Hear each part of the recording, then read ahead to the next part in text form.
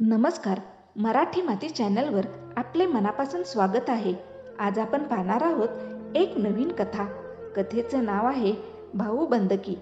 कथेला सुरुवात करण्याआधी तुम्ही जर चॅनलवर नवीन असाल तर चॅनलला सबस्क्राईब करायला विसरू नका. चला तर मग कथेला सुरुवात करूया. भाऊ बंदकी. डोळ्यात अश्रू येतील असा लेख. दुपारचं जेवण करून मी बाहेर कट्ट्यावर पुस्तक वाचत बसलो झाडाखाली. लॉकडाऊनमुळे सगळे घरातच होते. मी थोडं आजूबाजूला पाहिलं.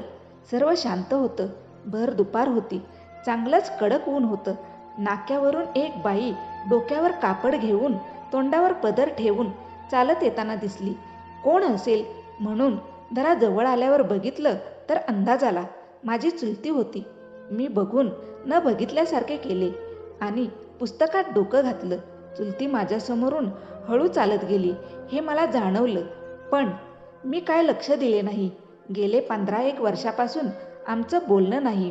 चुलतीने बोलणं टाळलं होतं. आमच्या या वडिलोपार्जित वाड्यावरून वाद होता चुलत्यात आणि वडिलात.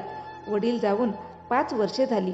घराच्या वाटणीत अर्धा वाडा त्यांना आणि अर्धा आम्हाला आला होता. आम्ही वरती बांधून प्रशस्त व्यवस्थित केले होते. शेजारी चुलता आणि चुलती राहायची. 2 घराच्या मधोमध भिंत बांधली होती चुलत्यानं. नंतर वाटणीचं खूळ चुलतीनं काढलं होतं. भावकीतून कळले होते. आम्ही 2 भाऊ कधी लक्ष देत नसत. आम्ही आणि आमचं घर एवढंच. कधी येणं जाणं नाही, बोलणं नाही. पण वडील जाताना एकच सांगून गेले होते, माझ्या भावाला अंतर देऊ नका. तो चुकला पण माझा भाऊच आहे. हीच एक कुरकुर ते हृदयात घेऊन गेले. मग चुलती परत बाहेर आली आणि नाक्यावर गेली. मी पाहिलं. गाडी काढली. मागे गेलो. पुढे चुलती वळणावर उभी होती. मी तिच्यापाशी गेलो आणि विचारलं, काय गं काकू, काय झालं? चुलती थोडं घाबरलेल्या स्वरात म्हणाली, अरे तुझ्या काकाच्या BP आणि शुगरच्या गोळ्या संपल्यात.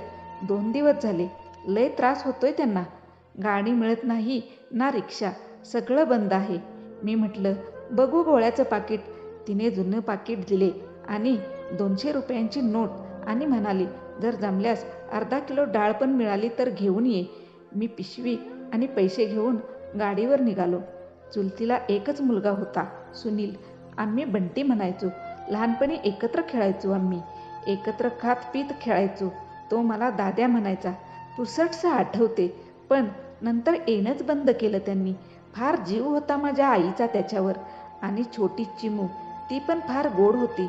नंतर त्यांनी यायचे बंद केल्यापासून परत बोलणं नाही. चिमू परदेशी असते. 5 वर्षापूर्वी आली होती आणि बंटी हा कलकत्त्यात असतो. लव्ह मॅरेज करून तिकडेच सेटल झाला. तो पण चिमू आली तेव्हाच दिसला होता. परत काय आला नाही. चुलता भूसंपादन विभागातून सेवानिवृत्त झाला होता. पेन्शनवर घर चालत असेल. आधेमध्ये चिमू आणि बंटी पैसे पाठवत असतील. जर नसतील पाठवत तर कसं दिवस काढत असतील. ह्या विचारांच्या घालमेलीत कधी मेडिकल दुकानं आले कळलेच नाही. उतरून गोळ्या घेतल्या. 2 महिन्यांच्या एकदाच घेतल्या. परत त्रास नको म्हणून. बाजूला किराणा मालाचे दुकान चालू होते. तिथून डाळी, तांदूळ आणि इतर भाजी व टमाटे, बटाटा, कांदा असे वस्तू त्याच दुकानात भेटली. मग ते घेऊन निघालो. घरासमोर गाडी लावली. आई गेटसमोर आली होती. मी आईकडे बघत चुलत्याच्या घरात गेलो. चुलता खुर्चीवर बसला होता. त्यांनी माझ्याकडे बघितले. भिंतीवर वडिलांचा चुलत्याचा फोटो लावला होता. कुंकू लावलेलं फोटोला बघून माझं मन भरून आलं. भावाचं प्रेम होतं शेवटी. चुलती आली. मी पिशवी तिच्याकडे दिली. चुलती भारावून आली होती. चुलता उठला. माझ्या डोक्यावर हात ठेवत डोळे पुसत आत गेला. चुलती स्वतःला सावरून, एवढं सगळं आणलं? घरात खरंच काय नव्हतं रे. वरचे किती पैसे देऊ?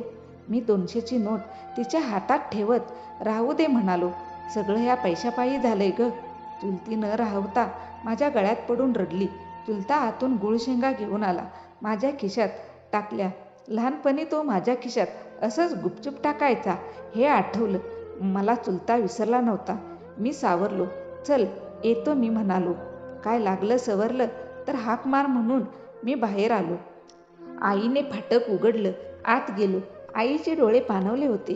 तिने माझ्या डोक्यावर हात फिरवला आणि वडिलांच्या फोटोला दिवा लावला. मग मी कधी काय आणायला जातो तेव्हा चुलती बाहेर येते. खिशात पैसे ठेवते आणि पिशवी देऊन काय पाहिजे ते सांगते. आज महिना होत आला लॉकडाऊनला. दिवस चालले आहेत, पण आज सकाळपासून पलीकडील भिंतीचा आवाज येत होता जोरात, जसे भिंतीवर मारल्यासारखे. आम्ही उठून बाहेर गेलो. बघतो तर चुलती घराबाहेर रडत उभारली होती. मी विचारायच्या आधी ती मला रडून सांगू लागली, बघ रे पिंट्या, काका कसं करतायत. मी, आई आणि लहान भाऊ पटकन आत गेलो. चुलता पार घेऊन भिंतीवर मारत होता. आम्हाला बघितल्यावर पार बाजूला टाकली. आईकडे बघत पुढं आला.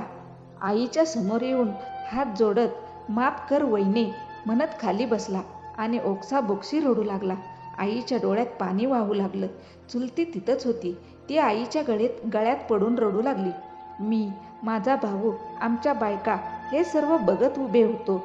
आमच्या सर्वांच्या डोळ्यात अश्रू होते. चुलत्याला उठवून खुर्चीवर बसवले. तो थोडा शांत झाला. आईच्या डोळ्यातले पाणी बघून त्याला कळले की आईने त्याला कधीच माफ केलं.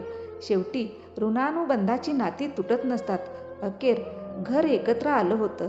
आम्ही दोन्ही भावांनी आणि आमच्या बायकांनी काय बोध घ्यायचा तो घेतला आणि ते कायम मनाशी बांधून ठेवला.